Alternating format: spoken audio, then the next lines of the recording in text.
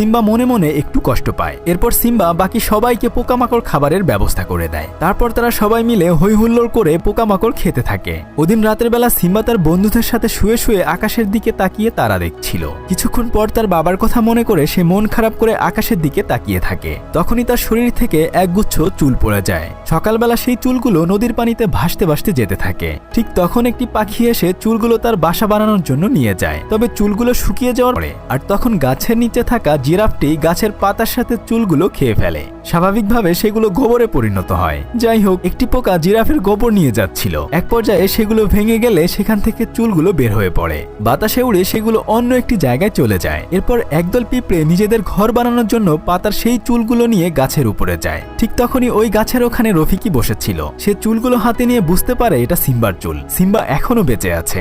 নতুন রাজ্যে সমস্ত প্রাণীরা হেসে খেলে তাদের জীবন পার করছিল, কিন্তু হঠাৎ করেই কোথা থেকে যেন একটা সিংহ এসে তাদের উপর আক্রমণ করে বসে। পুম্বা এবং টিমন নিজের জান বাঁচাতে প্রাণপণ দৌড়াতে থাকে। এক পর্যায়ে সিংহটি পুম্বাকে প্রায় ধরেই ফেলছিল। ঠিক তখনই সেখানে সিম্বা চলে আসে। সিম্বা এসে ওই সিংহটির সাথে লড়াই শুরু করে দেয়। কিছুক্ষণ পরে সে বুঝতে পারে এই সিংহটি আসলে নালা। সে নালাকে চিনে ফেলে। নালা সিম্বাকে দেখে অনেক বেশি অবাক হয়ে যায়, কেননা সে ভেবেছিল সিম্বা হয়তো মারা গিয়েছে। এরপর তারা দুজন অনেক খুনসুটি করে। নালা তখন সিম্বাকে বলে, তোমার অবশ্যই ঘরে ফিরে যাওয়া উচিত। ইস্কার হায়ানাদের সাথে হাত মিলিয়ে আমাদের পুরো রাজ্য দখল করে নিয়েছে। রাজা হিসেবে তোমাকে অবশ্যই সবার প্রয়োজন। সিম্বা তখন বলে, এখন থেকে এটাই আমার বাড়ি, তুমি আমার সাথে এখানেই থাকো, তুমি ফিরে যেও না, এখানে তোমার অনেক বেশি ভালো লাগবে। কিন্তু নালা বলে, দেখো সিম্বা, আমি এটা কখনোই করতে পারবো না। সিম্বা বলে, আচ্ছা পরে ভেবে দেখবো আমরা, তার আগে চলো এখানকার রাজ্যটি আমি তোমাকে ঘুরিয়ে দেখাই। এরপর সে পুরো রাজ্যটি ঘুরিয়ে দেখায়। নালা বলে, বাহ, আসলেই তো জায়গাটা অনেক বেশি সুন্দর, তবে তুমি এতদিন কেন বাড়িতে ফিরে যাওনি? তুমি ওখানকার রাজা ছিলে।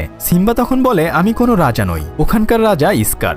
নালা বলে, ইস্কারকে আমরা কোনোদিনও রাজা হিসেবে মেনে নিতে পারিনি। তাছাড়া আমাদের রাজ্যে এখন খুবই বিশৃঙ্খলা অবস্থা সৃষ্টি হয়েছে। ইস্কার এবং হায়ানারা প্রায় সমস্ত প্রাণীদের শিকার করে ফেলেছে। তাছাড়া তোমার মায়ের সাথে দেখা করার জন্য হলেও তোমাকে সেখানে যাওয়া উচিত ছিল। সিম্বা তখন বলে, না, আমি কখনোই সেখানে যেতে পারি না, এখানে আমি ভালোই আছি, হাকুনা মাটাটা। নালা তখন বলে, এগুলো তুমি কি বলছো? সিম্বা বলে, এর অর্থ হচ্ছে যা হবার তাই হয়ে গেছে, এগুলো ভেবে শুধু শুধু কষ্ট পাওয়ার কি দরকার? নালা তখন বলে, তুমি আর আগের মতো নেই, আমি এসেছিলাম এখানে সাহায্যের জন্য, তবে আমার মনে হচ্ছে আমি ভুল কোথাও চলে এসেছি, ভালো থেকো সিম্বা। এই বলে নালা সেখান থেকে চলে যায়। সিম্বা তখন মন খারাপ করে বলতে থাকে, আমার কাউকে দরকার নেই, আমি একা একাই এখানে ভালো আছি। ঠিক তখনই রফিকি বলে, একা একা ভালো থাকা যায় না, বরং সবাইকে নিয়ে ভালো থাকতে হয়। সিম্বা তখন রফিকিকে বলে, আপনি আসলে কে?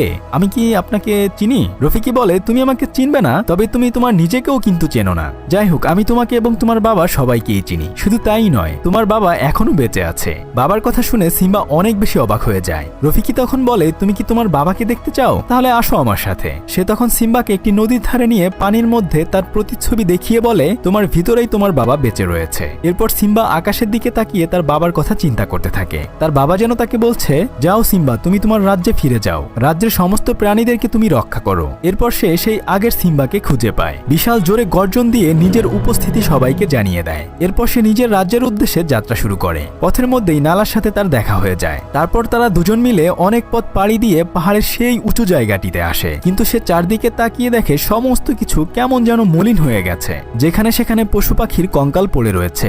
সে তখন আফসোস করে নালাকে বলে, বাবা বলেছিল এখান থেকে যতদূর পর্যন্ত সূর্যের আলো দেখা যায় সবটাই আমাদের রাজ্য, কিন্তু আমার জন্য আজ সবকিছু এলোমেলো হয়ে গিয়েছে। তাছাড়া আমি একা হয়তো ইস্কারের সাথে লড়াই করে পেরে উঠব না। তখন নালা বলে, আমিও তোমার সাথে রয়েছি, আমরা দুজন মিলে আমাদের রাজ্যকে ওই শয়তানের হাত থেকে রক্ষা করব। ঠিক তখন পুম্বা এবং টিমন সেখানে চলে আসে। সিম্বা তাদেরকে জিজ্ঞেস করে, তোমরা কেন এখানে এসেছো? তখন তারা বলে, বন্ধুর প্রয়োজনে সবসময় অন্য বন্ধুরাও পাশে থাকে, কিন্তু ওদিকে ইস্কার সিম্বার মাকে বিয়ে করার জন্য উঠে